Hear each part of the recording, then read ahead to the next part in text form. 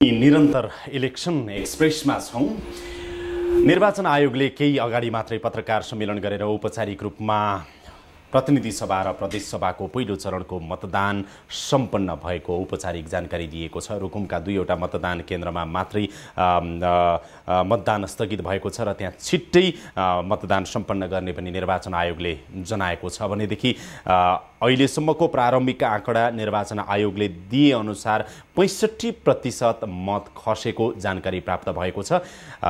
पहिलो चरणमा 31,91,000 मतदाता रहेकोमा त्यसको 65% मत खसेको छ। यो हिसाबले हेर्दाखेरि स्थानीय तहको चुनावमा भन्दा कम मत खसेको छ। त्यसको कारणबारे हामीले केही समय अगाडि मात्रै राष्ट्रिय मानवाधिकार आयोगका सदस्य सुदीप पाठकसँग कुराकानी गरेका थियौँ। विशेष गरेर अलिकति वैदेशिक रोजगारीमा जाने, मौसमको प्रतिकूलता, अलिकति सुरक्षाको पनि केही चुनौतीलाई महसुस गर्दै अरू विविध कारणहरूले गर्दाखेरि पनि र स्थानीय चुनावमा जति मतदाताको सहभागिता बढ्छ, संसदीय चुनावमा चाहिँ पहिला पनि 54 र 56कै चुनाव हेऱ्यो भने पनि 54को चुनावमा जति बढी मतदाताले सहभागिता जनाएका थिए स्थानीय निकायको चुनावमा 56कोमा कम थियो। त्यो हिसाबले पनि कम हुन सक्छ भनेर हामीले केही समीक्षा गरेका थियौँ। 65% मतदान भएको प्रारम्भिक जानकारी हामीलाई निर्वाचन आयोगले केही समय अगाडि नै पत्रकार सम्मेलन गरेर गराइसकेको छ। यो हिसाबले अब मतदान सम्पन्न भएको छ। अब मतपेटिकाको सुरक्षा 21 गतेसम्मका लागि र मतगणना नतिजा नआउन्जेलसम्म त्यो सुरक्षा निकायको निर्वाचन आयोगको जिम्मेवारीभित्र रहेको छ। सायद तपाईँ पनि यो सोचिराख्नु भएको छ होला।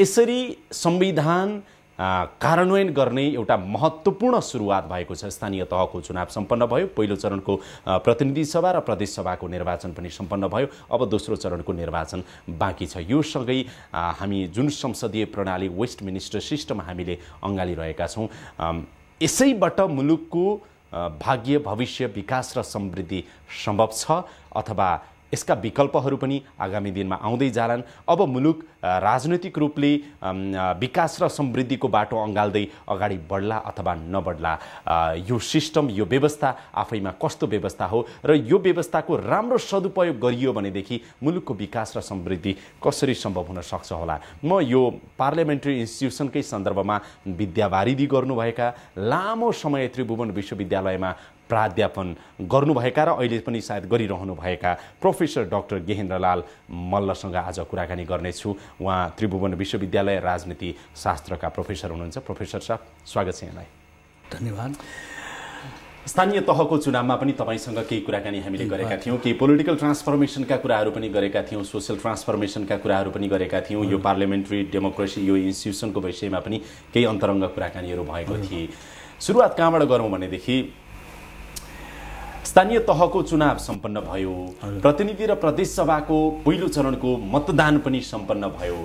राजनीतिक दलहरूले भने झैँ माघ 7 भित्र यसरी यो चुनाव सम्पन्न हुन्छ होला भन्ने तपाईँले पनि सोच्नु भएको थियो कि आम नागरिकको हिसाबले, अथवा होइन फेरि भ्याकुममा जाला भन्ने लागेको थियो? तपाईँलाई लाग्न चाहिँ के लागेको थियो?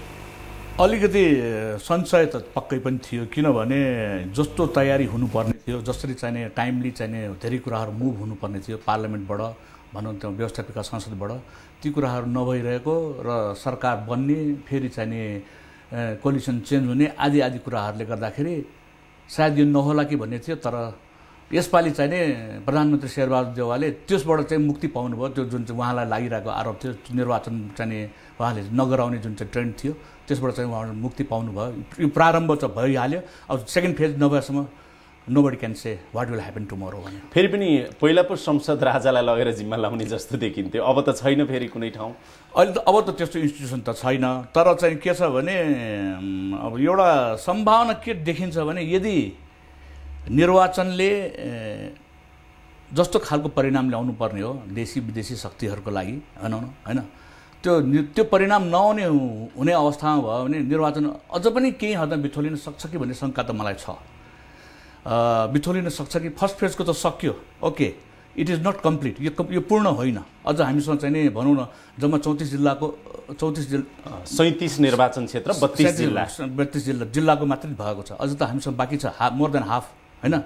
त्यसकारण अवस्था के हो र कतातिर जान्छ भोटर्सहरूको खबरदारी गर्न छोड्नु भएन। भोटर्सहरूको मुड के छ भन्न सकिँदैन। मुडबाट चाहिँ कतातिर गइरहेछ ट्रेन्ड होइन, भिक्ट्री कसको हुन्छ, कसको चाहिँ इलेक्टोरल चाहिँ जित हुन्छ भन्ने कुरा हेरेर यो नेताहरू भनेर राजनेता त के भनौँ, राजनीतिक दलका नेताहरू यिनीहरूले चाहिँ नि जब आफ्नो पक्षमा चाहिँ निर्वाचनको चाहिँ परिणाम आउँदैन तब तुरन्त चाहिँ पल्टी मार्न भनौँ तुरन्त अहिले एकैछिनमा चाहिँ आफ्नो कुराहरू फेर्न पनि पछि पर्दैनन्। जुन हामीले भोगेर आएको देखेर आएको र चाहिँ अनुभव गरेर आएको 48 साल पछिदेखिको अवस्थामा पनि त्यही छ। म निर्वाचनलाई त सँगै जोडि नै हाल्छु। तपाईँले यो किताब के विषयमा लेख्नु भएको रे? यो किताब होइन, यो चाहिँ जर्नल हो, पोलिटिकल साइन्स डिपार्टमेन्टको जर्नल। आजै मात्र मेरो हात डिपार्टमेन्टमा आएको थियो, म चान्सले मिटिङहरूमा जाँदाखेरि हातमा परे हुनाले यो म बोकेर नै लिएर यसमा चाहिँ नि अब एउटा मेरो आर्टिकल छ, त्यस कारण पनि यो मेरो हातमा आर्टिकलमा के छ? संविधान पारित भइसकेपछिको अवस्थामा नेपालको राजनीति कतातिर लाग्यो र चाहिँ देशी विदेशी शक्तिहरूले कसरी चाहिँ यसलाई चाहिँ म्यानिपुलेट गर्न खोजे अथवा चाहिँ नि यसप्रति चाहिँ कसरी प्रभाव पार्न खोज्यो, त्यो बारेमा चाहिँ प्रभाव पार्न खोजे नै भन्ने छ यसमा। पक्कै पनि त्यो जुन सेनारीमा हाम्रो चाहिँ नि संविधान निर्माण भएपछिको अवस्थामा जुन देखिएको छ त्यो कुराहरूलाई यसमा राखिएको छ र किन र कसरी गयो र कहाँनिर कस्तो खालको व्यवहार हुनुपर्थ्यो देशी शक्तिहरूबाट विदेशी शक्तिहरूको प्रभाव पार्ने जुन कामहरू भएको छ त्यो कुराहरूमा कुनै किसिमको रियाक्सन कस्तो आयो, कस्तो आयो, के आयो र त्यो चाहिँ हाम्रो राष्ट्रको लागि कतिको चाहिँ फलदायी हुनसक्छ अथवा चाहिँ त्यसले पछिलाई कतिको हामीलाई चाहिँ बलियो बनाउन सक्छ भन्ने कुराहरूलाई म फेरि पनि प्रसङ्ग निर्वाचनमै ल्याएर जोड्छु। विभिन्न हल्लाहरू भयो कि स्थानीय तहको चुनावमै यो भारतले गराउन दिँदैन, चाइनाले गराउन दिँदैन, अथवा अमेरिकाले दिँदैन, अथवा कसले दिन्छ अथवा कसले दिँदैन, विदेशी शक्ति हावी हुन्छ, यो हुन्छ त्यो हुन्छ, फलानु देशले चाहन्छ यसमा चाहँदैन, कसरी हुन्छ भन्दै पनि हामीले स्थानीय तहको 3वटै चरणको निर्वाचन सम्पन्न गऱ्यौँ। अब प्रतिनिधि सभा र प्रदेश सभाको अहिले सम्पन्न गऱ्यौँ पहिलो चरणको निर्वाचन त अगाडि बढ्दैछ भनेपछि यी हल्लाहरू पनि कति कुरा छ नि आनन्द कार्कीको गीत, यी हल्लाहरू हुन् तिमीले सुनेका, कसैसँग मैले मुटु साँटेका छैन भने जस्तो। हजुर साथसाथै अगाडि भोपी सरजनले पनि हल्लाको देश पनि भनेको थियो र करिब त्यो कुरा हो जस्तो पनि यो इलेक्सनको कुरालाई लिएर लोकल इलेक्सन जुन चाहिँ मेटलाइज हुँदैन होइन, यो चाहिँ तपाईँले निर्वाचन अब दोस्रो चरणको पनि संशयको घेराभन्दा बाहिर चाहिँ छैन है भन्नुभयो नि। म चाहिँ निर्वाचन जसरी पनि हुन्छ अब दोस्रो चरणमा भन्छु होइन, ट्रेन्ड त देखाइसक्यो जसरी पनि हुन्छ, तर चाहिँ एउटा कुरा के भने त्यो पनि निष्पक्ष हुन्छ, भइरहेको हुन्छ, धाँधली रहित हुन्छ, पूर्ण सुरक्षाको अनुभूतिका साथमा हुन्छ। I'm with you. तपाईँले भन्नुभयो जस्तै चाहिँ म त्यो कुरालाई इन्डोर्स गर्न तयार छु। किन आजको चाहिँ जुन भनिएको छ मोरले शान्तिपूर्ण भएको छ, धेरै कम घटना छिटपुटका घटनाहरू, कतै चाहिँ भोटरहरू नै चाहिँ उपस्थित नभयो, कतै चाहिँ क्यान्डिडेसी नै नदिएको, 2-3वटा चाहिँ कन्स्टिट्युन्सीहरूको नाम पनि आएको थियो। कन्स्टिट्युन्सी त नभनौँ, यो चाहिँ मतदान केन्द्रहरू होइन, केही ठाउँमा चाहिँ एसिड पनि खनायो भनेर चाहिँ अपुष्ट मैले रूपमा सुने। यो छिटपुट घटना हो, यसलाई चाहिँ नि मेजर गर्न भोटर्सहरूको जुन उत्साह छ 65% जुन अहिले आकलन गरिएको छ, सायद मलाई लाग्छ जो चाहिँ भोटर्सहरू जम्मा भइसके, पोलिङ बुथमा जम्मा भइसके, उनीहरूले चाहिँ 9 बजे रातिसम्म पनि भोट खसालेको अगाडिको चाहिँ हामीसँग चाहिँ उदाहरणहरू छन्। त्यस्तै आज पनि हुन्छ र 70 को नजिक पुग्छ कि भन्ने मलाई अझ पनि, किनभने हाम्रो भोटर्सहरूको इन्थुसियाजम जुन देखियो राजनीतिक दलहरूसँग राजनीतिक नेताहरूसँग जतिसुकै विरक्तिएको भए तापनि समवाट केही होला कि भन्ने आश अझै पनि छ र त्यो आशलाई ध्यानमा राखेर चाहिँ भोटको जुन यो ट्रेन्ड पर्सेन्टेजको जुन ट्रेन्ड देखिरहेको छ त्यो चाहिँ आशा लाग्दो छ र चाहिँ देश चाहिँ नि लोकतन्त्रबाट बाहिर जान नपाउला कि भन्ने चाहिँ एउटा आश चाहिँ मैले बोकिरहेको छु। अब अलिकति तपाईँको विषयसँग पनि सम्बन्धित हौँ, हुन त यो पोलिटिकल साइन्सको तपाईँ प्राध्यापक हुनुहुन्छ। अब पार्लियामेन्ट्री सिस्टम नै छ मुलुकमा, 48 यता संवैधानिक राजतन्त्र बहुदलीय प्रजातन्त्र हामीले भन्थ्यौँ, त्यहाँबाट हुँदै हुँदै अलिकति राजा सक्रिय भए, त्यसपछि लोकतन्त्रमा आयौँ, त्यसपछि अहिले सङ्घीय लोकतान्त्रिक गणतन्त्रमा आयौँ। त्यो पार्लियामेन्ट्री सिस्टम त हामीले अगालेकै छौँ होइन, अहिले पनि तात्विक रूपमा चाहिँ 46 सालको, यदि राजालाई छोड्नुहोस् है, राजतन्त्रले छोड्यो भने 46 सालदेखि यहाँसम्म आउँदा फरक के? पार्लियामेन्ट्री सिस्टम त पार्लियामेन्ट्री सिस्टम नै अवलम्बन गरेका छौँ होइन, दलहरूले चाहेर नचाहेर त्यसमा जानुपर्ने अवस्था चाहिँ सृजना भयो। जुन चाहिँ जस्तो खालको कम्पोजिसन हाम्रो चाहिँ भनौँ न यो सेकेन्ड कन्स्टिट्युन्ट एसेम्ब्लीको बन्यो, त्यसको कारणबाट एउटै दलको चाहिँ एकलौटी स्वरबाट चाहिँ चल्ने अवस्था भएन। गिभ एन्ड टेकमा चाहिँ नि पार्लियामेन्ट्री सिस्टम त आयो, तर कतिपय कुराहरूका पार्लियामेन्ट्री सिस्टमको चाहिने जुन इसेन्स हुन्छ त्यो हराएको मैले पाएको छु। यो जुन अहिले वर्तमान संविधानले जसरी चाहिँ प्राइम मिनिस्टरलाई चाहिँ उसले हाउस डिजल्भ गर्न नपाउने, फ्रेस इलेक्सन चाहिँ मिड टर्म पोल कल गर्ने जुन चाहिँ हुन्छ अनि पार्लियामेन्ट डिजल्भ गरेर गर्ने कुराहरू छ, त्यो चाहिँ शक्ति लगेर स्थायित्वको नाममा राष्ट्रपतिमा लगेर केन्द्रित गर्न खोजिएको छ।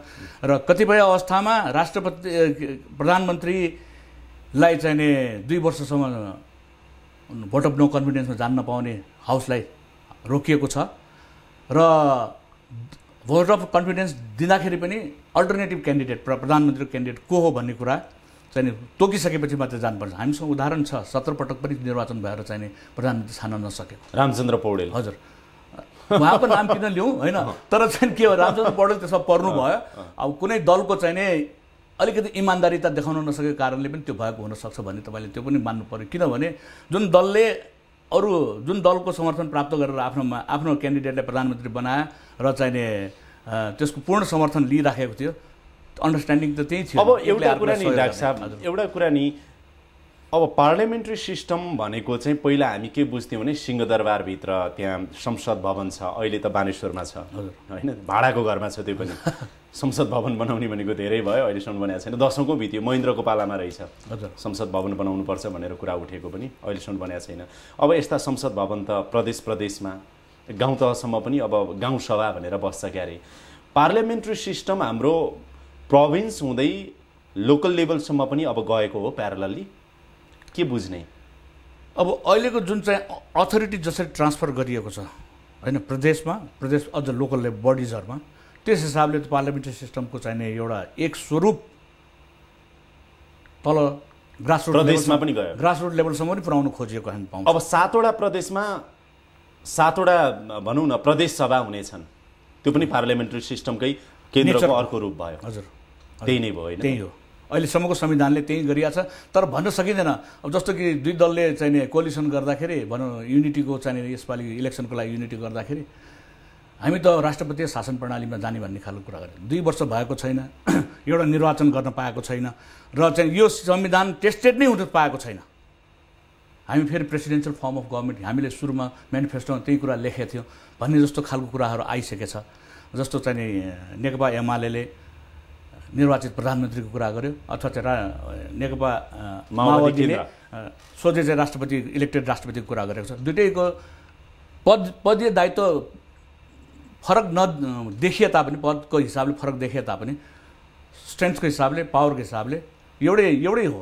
अब तपाईँलाई म भनौँ है, पहिला प्रतिनिधि सभामा कति थियो?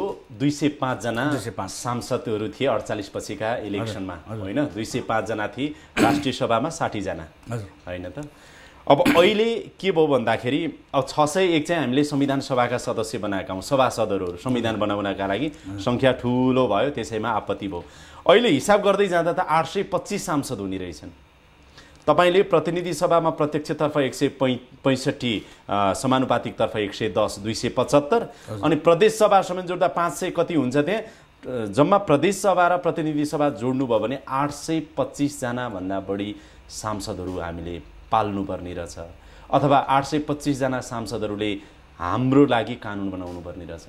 अनि अङ्कगणितको हिसाबले, खिचातानीको हिसाबले हाम्रै संसदले काम गर्न नसकिरहेको अवस्थामा यो त केन्द्र हुँदै प्रदेशसम्म पुग्यो।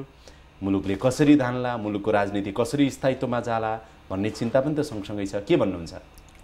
अब त्यो चिन्ता आफ्नो ठाउँमा छ पक्कै पनि। एउटा कुरा तपाईँले के हो भने जब युनिटरी फर्म अफ गभर्मेन्टबाट फेडरल उसमा गइसक्नु भएपछि त्यो त तपाईँले त्यसको लागि चाहिने प्रोसेसहरू, त्यसको लागि चाहिने इन्स्टिट्युसनहरू त खडा गर्नु पर्यो।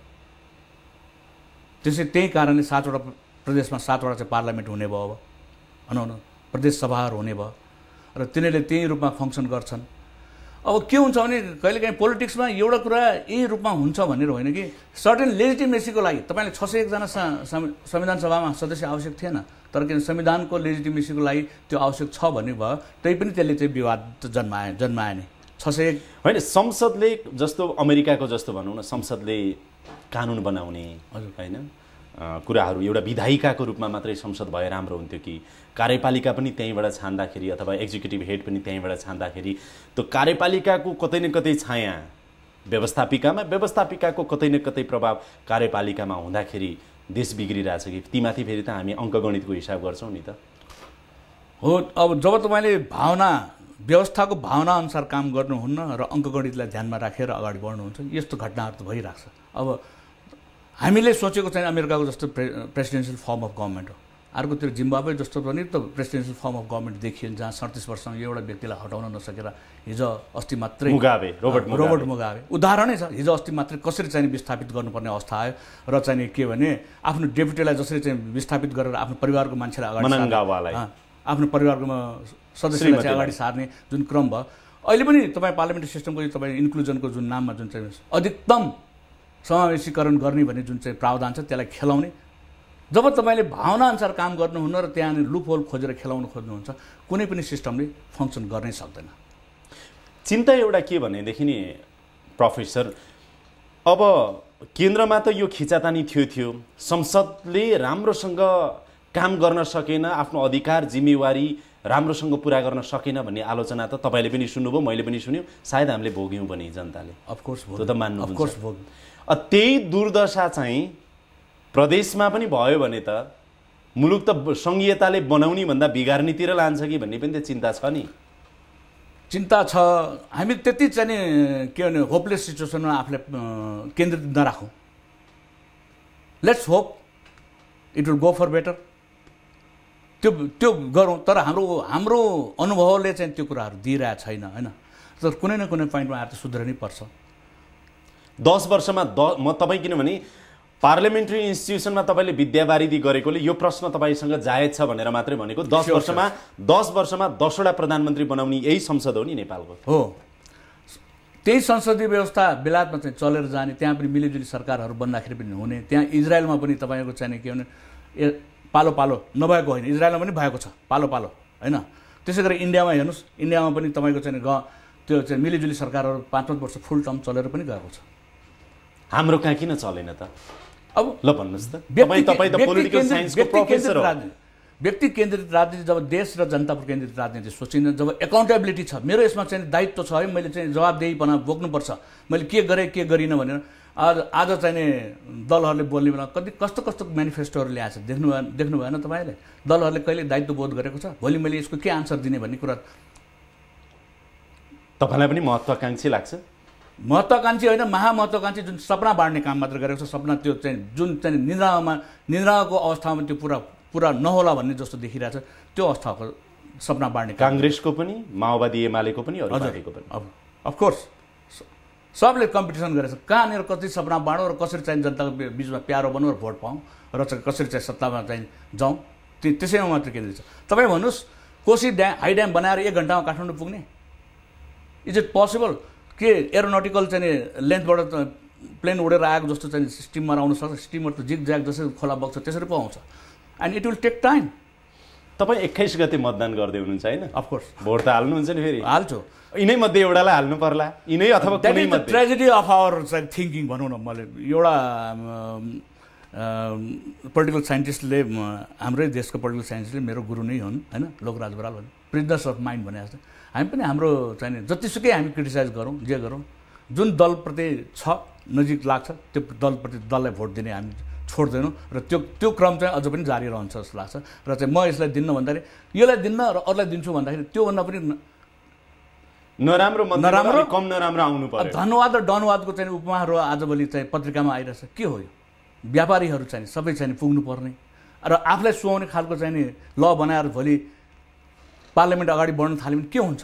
तपाईँ भन्नुहोस्, राजतन्त्रको बेलामा राज परिवारको सदस्यहरू व्यापार हुन्न भनेको कारण के? त्यो इन्फ्लुएन्स गरेर त्यहाँ खेलाएर खान नपाओस् भन्ने एउटा सैद्धान्तिक पक्ष थियो। व्यवहारमा जे हुनु थियो त्यो भयो, त्यो आफ्नो ठाउँमा छ। तर एउटा सिद्धान्त त थियो नि, जसले राजनीति सम्हाल्छ उसले चाहिँ नि अरू चाहिँ पेसा गर्नु हुँदैन, विशेष गरी आर्थिक लाभको।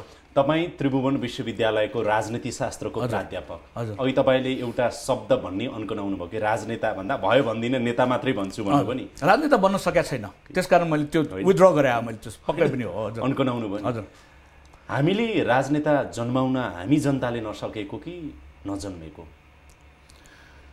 अब यसमा चाहिँ के छ भने मैले देखेको हाम्रो आफ्नो पनि लिमिटेसन छ, जनताको पनि लिमिटेसन छ। मैले के सुनेको थिएँ भनेदेखि हजुर एउटा सामान्य युगमा सामान्य मान्छे जन्मिन्छ, तर विशेष मान्छेले एउटा युग जन्माउँछ।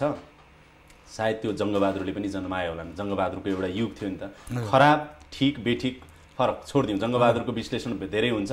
आज 2 टुक्रा जमिन जोड्न नसक्नेहरू यहाँ राष्ट्रवादी छन्, जङ्गबहादुरले त 4 जिल्ला नै जोडेका थिए।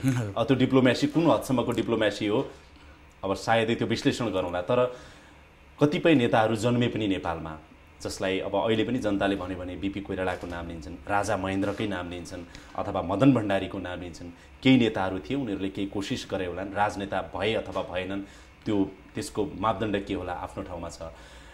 तर नेपालको पोलिटिकल सर्कमस्टान्सेस चाहिँ हामी आफै हाम्रो देश यसरी चलाउँछौँ भन्ने सक्ने अवस्थामा नेपालका नेताहरू छैनन्, पार्टीहरू छैनन्, अथवा भूगोलै यस्तो छ हाम्रो नेपाल र चीन र भारत बीच हामी जसरी छौँ त्यसले पनि हामीलाई दिइरहेको छैन। भन्नुहोस् त। त्यो मामलामा के भन्नु पर्ला भने अब एउटा त होराइजन पनि ब्रोड नभएको जस्तो देखियो। मैले यो समयभित्र यो कुरा प्राप्त गर्ने भन्ने कुराहरू अहिले हेर्नुहोस् न तपाईँले, प्लानिङ कमिसनको काम घोषणापत्रहरूले गरिरहेछ, यति वर्षमा यो गर्ने, यति वर्षमा यो गर्ने, र जुन कुरा चाहिँ सम्भव नभए प्लानिङ कमिसन किन चाहिए, दलहरूलाई पनि बनाउनु दिए भइहाल्यो नि, नेपालको चाहिँ प्लान बनिहाल्छ नि होइन। अब तर के भने जहाँसम्म नेपालको चाहिँ उत्थानको लागि, नेपालको विकासको लागि हामी यहाँ यसोमा जान सक्छौँ, यो गर्छौँ भन्ने खालको त्यो होराइजनको कमी नै देखा पर्यो जस्तो लाग्छ। र पार्टीभित्रको डाइनामिक्स, नेतृत्वले चाहिँ भोग्नुपर्ने बाध्यताहरूदेखि लिएर विभिन्न कुराहरू जुन छ देखा पर्यो होइन। आफ्नो सरकार छ, आफ्नो सरकारले राखेको चाहिने भोट अफ थ्याङ्क्सलाई चाहिँ पारित नगर्ने होइन, आफ्नो पार्टीले डिसिजन गरेर चाहिँ ल सपोर्ट गरौँ भनेको एजेन्डामाथि चाहिँ फ्लोर क्रस गर्नेदेखि लिएर पार्टीको डिसिजन कहाँ मानेको छ, नेतालाई यहाँ चाहिँ धम्क्याएर खानेदेखि लिएर नेतापट्टि आफूमै केन्द्रित, आफैलाई चाहिँ आफ्नै परिवार, आफ्नै चाहिँ गुटका मान्छेहरूलाई मात्रै जम्मा गर्ने र कहाँनिर ठाउँ दिने। नेताले भले ल मलाई चाहिँदैन भन्दाखेरि तिमीलाई नचाहेर हुन्छ, हामी तिम्रो पछि लाएर हिँडेको हामीलाई नचाहिने हुन्छ र भनेर चाहिँ किसिमले नेतालाई जबरजस्ती चाहिँ पुस गर्ने जुन अवस्था देखा परिरहेछ। हाम्रो मनस्थिति नै के भने यति डिजेनेरेसनमा गइसकेको छ, यति डिजेनेरेसनमा गइसकेको छ कि हामीलाई कम्युनिटी सोसाइटी भन्ने कुरा भन्दा बाहिर चाहिँ सेल्फमै बढ्ता केन्द्रित त्यो नेतामा पनि लागू भएछ, त्यो चाहिँ कार्यकर्तामा पनि लागू भएछ। आज हेर्नुहोस् 240 निर्वाचित संविधान सभाका सदस्यहरू थिए दोस्रोमा पनि होइन, ती संविधान सभाका सदस्यहरू सबै रिटायर भइसकेपछि पनि त्यो पैसा बाँडियो, सांसद निर्वाचन क्षेत्र विकास कोष भनेर जुन बाँडियो, त्यो निर्वाचन क्षेत्र विकास कोष होइन, त्यो सांसद विकास कोष पो भयो। सांसदहरूलाई चाहिँ आफ्नो मान्छेहरूलाई जसलाई बाँड्नु मन लाग्यो बाँड्यो, ल खुसी पार कार्यकर्ता। यो अवस्था कहिलेसम्म रहन्छ त डाक्टर साहब? अब यो हेर्नुहोस्, तपाईँले एकातिर डिसेन्ट्रलाइजेसन भन्नुहुन्छ, अब आएर चाहिँ तपाईँले चाहिँ फेडरलिजम भन्दै हुनुहुन्छ, र अर्कोतिर चाहिँ के भने विकासे एजेन्ट जस्तो, डेभलपमेन्ट एजेन्ट जस्तो चाहिँ सांसदहरूले चाहिँ सांसदहरूले भन्न सक्नु पऱ्यो, त्यो डेयर गर्नु पऱ्यो कि हामी हिजोको पञ्चायतका चाहिँ सांसद के अरे के भन्छ के भन्छ माननीयहरू जस्ता होइन, हामीले चाहिँ नि गाउँको एजेन्डादेखि हामीले त पोलिसी फर्मुलेसन हो र डेभलपमेन्टको काम, लोकल डेभलपमेन्टको काम जम्मै चाहिँ नि अब डिसेन्ट्रलाइज भएको अवस्थामा त्यो लोकल बडीले गर्छ भनेर भन्न सक्नु पर्यो। तपाईँ एउटा पुस्तामा जन्मिनु भयो, अहिलेको युवा पुस्ता भनौँ न, तपाईँको भाइ अथवा छोराछोरीको पुस्ताले के चाहन्छ भने ओहो मेरो मुलुकमा आन्दोलन गरेर सङ्घर्ष गरेर गणतन्त्र आयो, सङ्घीय लोकतान्त्रिक गणतन्त्र आयो, अब त मेरो भाग्य भविष्य, मेरो समृद्धि, मेरो मुलुकको समृद्धि अब हुन्छ भनेर ऊ सोचिरहेको होला। यस्तो अवस्थामा तपाईँले अहिले भन्नुभयो नि राजनीतिक सङ्क्रमणबाट हामी मुक्त हुनै सकेनौँ अथवा व्यक्ति केन्द्रित राजनीतिबाट हामी मुक्त हुनै सकेनौँ भन्नुभयो नि, कहिले हुन्छौँ त? कहिले विकास, कहिले समृद्धि, कहिले राजनीतिक स्थायित्व? त्यसको मैले अहिले पनि यसपालिको मेनिफेस्टोहरू हेर्दाखेरि त्यो सम्भावना मैले कुनै पार्टीकोबाट पनि देखेँ। किनभने तपाईँले जब सोसाइटीको रिफर्मको लागि, सोसल रिफर्मको कुराहरू गर्नुहुन्छ, सोसाइटीमा त्यति विकृतिहरू छन्, त्यति विसङ्गतिहरू छन्, खोइ त्यसलाई चाहिँ निर्मूल गर्ने, त्यसलाई चाहिँ समाधान गर्ने खालको कुराहरू खोइ चाहिने नचाहिने हामी सपना बाँडिदिने $5,000 पुऱ्याउँछु भनेदेखि लिएर चाहिँ 1 खरब के 100 खरब चाहिँ हाम्रो चाहिँ नेसनल पुँजी बनाउने भन्ने जुन कुराहरू आइरहेछ 10 वर्षमा र चाहिँ 20,000 मेगावाट, हामीले मुस्किलले 1000 मेगावाट आफ्नो लोकल देशभित्रको प्रडक्सन गर्न सकिरहेको छौँ, 20,000 मेगावाटको सपना बाँड्ने हिजोसम्म चाहिँ नि भनौँ न लोड सेडिङ 18 घन्टा बेहोरेर त्यो लोड सेडिङ गराउनेहरूलाई अहिले कुलमान घिसिङजीले जसरी चाहिँ लोड सेडिङलाई चाहिँ मुक्त गर्नु खोज्नु भएको छ त्यो काम उहाँले गर्न सक्नुहुन्न थियो। त्यो काम त्यस्तो चाहिँ देश डुबाउनु देशलाई चाहिँ 20 वर्ष पछाडि डेभलपमेन्टको हिसाबले पछाडि धकेल्ने मानिसहरूलाई चाहिँ कुनै किसिमको कारवाही गर्नु पर्दैन। हामीलाई पछाडि फर्किने चाहिँ फुर्सद छैन भनेर त्यो टारेर हिँड्ने। तर तपाईँ हाम्रै भोटले फेरि अनुमोदित गराएर उहाँहरूलाई हामी सांसद बनाएर ल्याउँदैछौँ र मन्त्री बनाउँछौँ, सायद कतिलाई प्रधानमन्त्री बनाउँछौँ होला। कहिलेसम्म त पक्कै पनि यो भ्यालिड क्वेसन छ होइन, यसमाथि म विमति जनाउँदिनँ। आश गरौँ सुध्रेला कि अब त अति भयो, अब त मैले यो काम गर्नु पर्यो भन्ने कुरा सोच लागि जनता साह्रै आक्रान्त छन् विकास बिना। आज भोट सुरु भइरहेछ, मानिसहरू 500 को दर भन्दा बढी दरले चाहिँ विदेशी भारततिर चाहिँ पलायन भइरहेछ। भोट खसाल्न आज अब व्यक्तिगत रूपमा नाम त नलिउँ, कङ्ग्रेसभित्र, माओवादीभित्र, एमालेभित्र, राप्रपाभित्र अनि केही अब मधेसवादी दलहरू, अब मधेसवादी त भन्न पाइँदैन, राजपा लगायतका दल भन्नु पर्यो किनभने उहाँहरू क्षेत्रीय दलबाट माथि उठिसक्नु भएको छ। यी दलका नेताहरू हेर्नुभयो भने माथिल्लो लेभलमा रहेका नेताहरूले त मृत्यु हुनुभन्दा अगाडिसम्म पनि पद नछाड्ने जस्तो देखिन्छ कि प्राय एका दुई छोडेर। अनि पोलिटिकल ट्रान्सफर्मेसन कहिले होला, कहिले अलिकति अर्को पुस्ताले चाहिँ नि मतलब शक्ति आर्जन गर्ला अथवा सत्तामा जाला, देश सेवा गर्ला, केही अपेक्षा गर्न सकिन्छ? अब अहिलेको जुन ट्रेन्ड देखिरहेछ होइन, अब आफू अगाडि बढ्ने र सकेन भने परिवारको सदस्य चाहिँ होस् अगाडि आओस् भन्ने जुन सोच आइरहेछ र त्यो सोचबाट त्यसको तयारी जुन भइरहेको देखिन्छ, चाहे समानुपातिबाट होस्, चाहे डाइरेक्ट इलेक्टेड यो एफपिटिपी फर्स्ट पास्ट द पोस्टबाट होस्, यो जुन क्रमबाट चाहिँ त्यो आश गर्न अलिक गाह्रै छ। तर इन्डक्ट त हुँदैछन् होइन। अस्ट्रियामा 30-31 वर्षको सेबास्टियन क्रोज चाहिँ तपाईँको राष्ट्रपति भए, त्योभन्दा अगाडि नै उता विदेश मन्त्री भइसकेका रहेछन् कलिले उमेरमा, 22-25 वर्षको उमेरमा होइन। अब फ्रान्समा इमानुएल म्याक्रोन युवा अवस्थामै तपाईँको चाहिँ नि त्यहाँको 40s मा होइन भए। अब त्यस्तै गरेर अरू बेलायतमा पनि अब यङ नै छन्। यी सबै कुराहरू हेऱ्यो भनेदेखि हाम्रो देशमा कहिले होला युवाले देश हाँक्ने? युवा भनेको त फेरि उमेरले मात्रै युवा नभनौँ है। अब हाम्रो सामाजिक बनोट पनि के छ भने अलिकति कलिलो मान्छेहरू देखे कि पत्याउने खालको चाहिँ छैन। तपाईँ हेर्नुहोस् मेडिकल इन्स्टिट्युसनहरूमा तपाईँ जानुहुन्छ, त्यहाँ चाहिँ यङ डाक्टर्सहरूलाई चाहिँ ट्रेनिङको रूपमा इन्भल्भ गराइरहेको हुन्छ र कतिपय पेसेन्टहरू चाहिँ विरक्तिएर निस्कन्छन्, ए भर्खरका जुनै राम्रोसँग पलाएको छ नि तिनीहरूलाई चाहिँ ट्रिटमेन्ट गर्दैछ, म त तिनीहरूसँग गराउँदिनँ भनेर त्यो सोचका हाम्रो चाहिँ सोसाइटी छ र त्यसकारण चाहिँ यङहरूलाई पनि पूर्ण रूपमा पत्याइहाल्छ भने केही ठाउँमा भइरहेछ, केही ठाउँमा आएका पनि छन् र राम्रो काम गरेर देखाएका पनि हामीले पाएका छौँ। ट्रेडिसनल राजनीतिमा अथवा नेताहरूमा जबरजस्त हस्तक्षेप गर्न सकिन्छ? त्यसको लागि के भन्छ पोलिटिकल साइन्सले के भन्छ? त्यसको लागि चाहिँ पपुलर डेमोक्रेसीबाट चाहिँ त्यो अलि कुनै करिस्मेटिक व्यक्ति आयो भने त्यो हुनसक्छ होइन। करिस्मेटिक नेताको रूपमा जन्मियो र चाहिँ उसले आफ्नो एक कल गर्दाखेरि मान्छेहरू सडकमा हजारौँ सङ्ख्यामा ओर्लाउन सक्ने खालको नेता। नेपालको भूगोलले के भन्छ? जस्तो अस्ट्रियामा सेबास्टियन क्रुजले चाहिँ आप्रवासीको मुद्दालाई लिएर जुन खालको चाहिँ उनले वेभ क्रिएट गरे, नेता बने, राष्ट्रपति बने। नेपालको भूगोलले चाहिँ के भन्छ? हाम्रो अवस्था त्यस्तो करिस्मेटिक लिडरहरू जन्मिने अथवा पार्टीहरू जन्मिने अथवा त्यस्तो खालको सोच राखेर यदि कोही नेता अगाडि आउनु खोज्छ भने त्यसलाई अगाडि बढ्नै दिइँदैन। हाम्रो चाहिँ नि पुराना नेताहरूले यस्तो अवस्था त अरूले के दिन्छ र आफूले पो क्रिएट गर्ने हो, गर्ने त हो, तर पुराना नेताहरूले यस्तरी बिगारेर राखिदिइसक्यो कि सपार्नी त कोही आउनु पर्यो नि।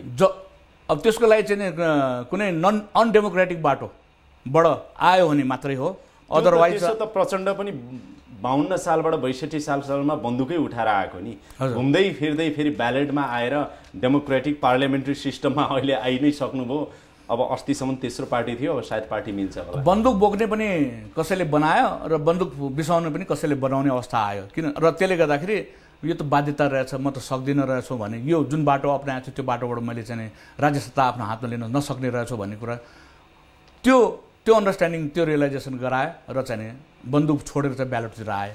अब एउटा कार्यक्रमको अन्तिमतिर जस्तो 21 गतिको चुनाव छ, अब अझै ठुलो सङ्ख्यामा चुनाव छ। अहिले त जम्मा 37वटा निर्वाचन क्षेत्रमा 72वटा प्रदेश सभा सदस्यका लागि 32वटा जिल्लामा 31,91,000 मतदाताले भोट हाल्ने आज दिन थियो। अब अर्को ठुलो चुनाव त दोस्रो चरणको पनि छ। तपाईँ एउटा राजनीति शास्त्रको प्राध्यापक भएको नाताले, एउटा नागरिक भएको नाताले के भन्नुहुन्छ कि हामीले अझै पनि विवेक प्रयोग गर्ने समय छ है? कस्तो नेता छान्नु पर्यो, कस्तो पार्टी छान्नु पर्यो र कसरी आफ्नो मताधिकारको प्रयोग गरियो भनेदेखि राम्रो नेता हाम्रो देशको विकास र समृद्धिको जिम्मेवारी लिएर अगाडि आउला? अब डेमोक्रेसीले सबभन्दा ठुलो कुरा के भन्छ भने जस्टिसको कुरा गर्छ। जस्टिस चाहे त्यो पोलिटिकल होस्, सोसल होस्, इकोनोमिक पार्टको कुरा होस्, जस्टिसको कुरा।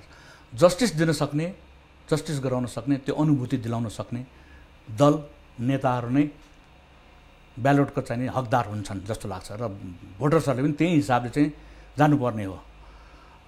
तर आई डोन्ट नो है, जसले पहिले सोचिसकेको छ म त यो पक्षको मान्छे, म यसलाई भोट दिन्छु भनेछ, उहाँहरू त्यसरी चाहिँ परिवर्तनमा जानु होला जस्तो मलाई लाग्दैन।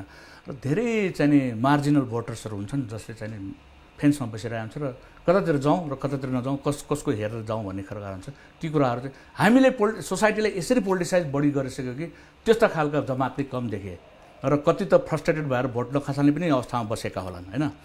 र चाहिँ नयाँ दल, नयाँ पार्टीहरू आए तर उनीहरूले आफ्नो क्रेडेन्सियल इस्ट्याब्लिस गर्नु पऱ्यो नि। पहिले क्रेडेन्सियल सोसाइटीमा इस्ट्याब्लिस नगरेसम्म तपाईँ जतिसुकै हातखुट्टा चलाउनुहोस् न, तपाईँ तैरिन गाह्रो छ, डुब्ने सम्भावना बढिरहन्छ। उम्मेदवारलाई के भन्नुहुन्छ? किनभने यतिखेर कति उम्मेदवार त थकित भएर आज बसेका पनि होला होइन। पहिलो चरणका, दोस्रो चरणकाको त सकिएको छैन। उम्मेदवारलाई तपाईँ यसरी राम्रो नेता बन्न सक्नुहुन्छ है? देश बिग्रिँदैछ, राजनेता जन्मेनन्, राम्रो नेता पनि जन्मेनन्। तपाईँलाई राम्रो नेता हुने अवसर चाहिँ अबको इलेक्सनले पनि दिँदैछ। यही पार्लियामेन्ट्री सिस्टमभित्रैबाट पनि राम्रो नेता बन्न सायद सक्नुहुन्छ।